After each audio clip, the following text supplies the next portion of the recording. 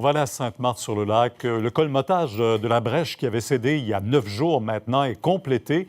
Les pompes fonctionnent à plein régime, mais Cassandre, les autorités souhaitent assécher le plus rapidement possible cette zone rouge.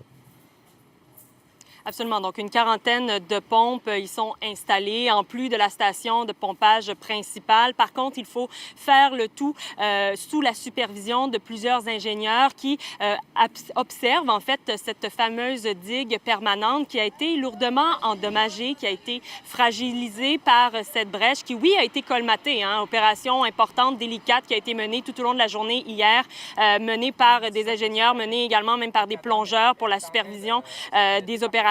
Mais le tout, c'est qu'en raison de ce pompage, de cette eau qui doit être donc retirée du quartier résidentiel pour être retournée à l'intérieur du lac des Deux-Montagnes, eh bien, ça exerce une pression sur cette digue naturelle qui a été déjà fragilisée parce qu'elle est gorgée d'eau.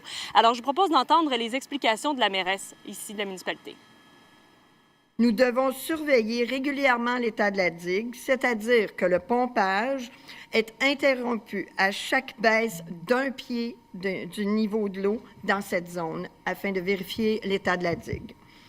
Il est présentement impossible de vous fournir la date à laquelle l'évacuation de l'eau sera terminée. Alors, l'assèchement de cette zone, de la zone rouge, de ces 250 résidences, eh bien, on ne sait pas à quel moment le tout sera terminé. Et je tiens à préciser, Pierre, qu'on va aller à la rencontre de sinistrés qui regardent également leurs offres de la part de leur courtier d'assurance et ça semble être très difficile de couvrir l'ensemble des dommages. Alors, autre réaction et ce dossier qu'on va devoir donc évaluer et analyser dans les zones d'LCN cet après-midi. Merci, on vous suivra. Au revoir.